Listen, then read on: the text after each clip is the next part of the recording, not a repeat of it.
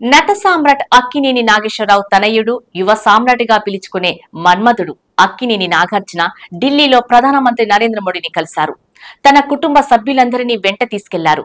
భార్య అమల, కొడుకు నాగ చైతన్య, కోడలు శోభిత ధూళిపాల, యార్లగడ్డ లక్ష్మీప్రసాద్ తదితరులు ఉన్నారు.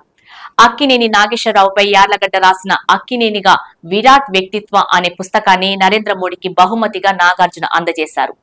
గత ఆదివారం మన్ కీ బాత్ లో మోడీ మాట్లాడుతూ భారతీయ సినీ రంగానికి కృషి చేసిన రాజ్ కపూర్, అక్కినేని నాగేశ్వరరావు, మహ్మద్ రఫీ, తపన్ సిన్హాకు నివాళులర్పించారు. World audio visual and entertainment summit కోసం సలహాదారుగా తెలుగు నుండి చిరంజీవితో పాటు నాగార్జున కూడా నియమితులయ్యారు.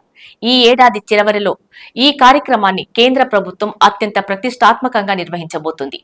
ప్రధానమంత్రికి తన కుటుంబ సభ్యులందరినీ నాగార్జున పరిచయం చేశారు.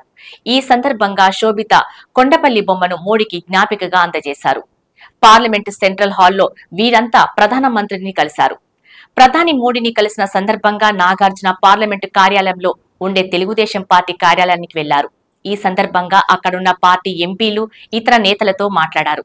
పలువురు ఎంపీలు నాగార్జున కుటుంబంతో కలిసి ఫోటోలు దిగారు. ఈ సందర్భంగా నంద్యాల ఎంపీ బైరెడ్డి శబరి నాగార్జున కుటుంబంతో దిగిన ఫోటోలను తన సోషల్ మీడియా ఖాతాలో పెట్టారు. జగన్ కు అత్యంత సన్నిహితుడు అక్కినేని నాగార్జున తెలుగుదేశం పార్టీకి చాలా దూరం అనే సంగతి తెలిసిందే. వైఎస్ఆర్ కాంగ్రెస్ పార్టీ అధినేత వైఎస్ జగన్మోహన్ రెడ్డితో సత్సంబంధాలతో పాటు వ్యాపార సంబంధాలు ఉన్నాయి. అంతేకాకుండా సినీ రంగంలో బాలకృష్ణతో విభేదాలు ఉన్నాయి. ఇవి ఎందుకు వచ్చాయనేది వారిద్దరికే తెలియాలి.